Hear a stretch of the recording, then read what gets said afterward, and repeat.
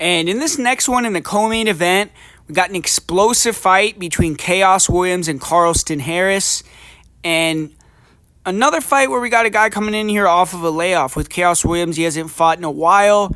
And I don't know why he hasn't fought, but man, I mean, if this guy's been out there, he's been training, he's been getting some good looks in, getting better, definitely has a lot of potential. I mean, you just look at him, he's big for the weight, he has a long reach, he is very aggressive, he has the mentality to fight, and he actually has a better fight IQ than people give him credit for, big power, and the intangibles are there. It's just he's a raw prospect, not even a prospect anymore because he's had a lot of UFC fights and he's a little, not old, but he's not young. So, but he's just a little bit raw as a fighter, and he needs to kind of round himself out a little bit. And there is potential that he could have done that during this layoff, but his opponent, Carlston Harris, he's been a little bit more active, even though he hasn't fought a ton either. And he's been getting some good wins, some good finishes. His one loss is to Shavkat Rakhmonov, which can't really shame him for that.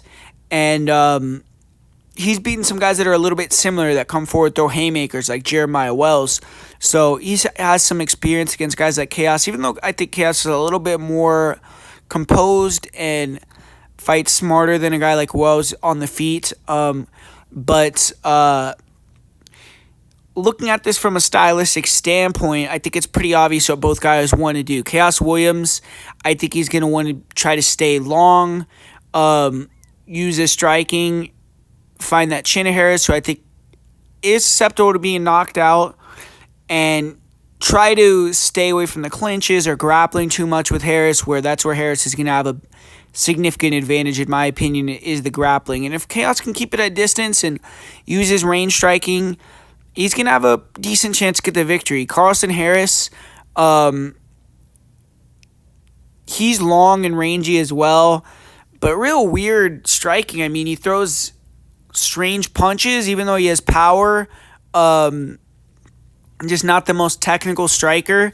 But he has really good grappling. The guy can find your back in scrambles really well. Obviously, everyone that watches him all knows about his front choke series that are really good, that anaconda choke. And he just has decent takedowns and decent ability to drag fights to the ground. And he has good fight IQ. He knows what to do. He fights to his strengths. And I'm leaning a little bit towards Carlston. I feel like even though he looks ugly on the feet, it's more effective than people give him credit for. His defense isn't bad. And I think he can avoid some of the wild haymakers from Williams, and I think he can be competitive on the feet. And ultimately, I think he's going to have a significant advantage in the grappling. I think he could take the back and maybe bank a round that way, bank 2 rounds that way. And I wouldn't be shocked if he finds an anaconda or finds a choke in this fight either. I think Khaos is going to be really tough, hard to get out of there.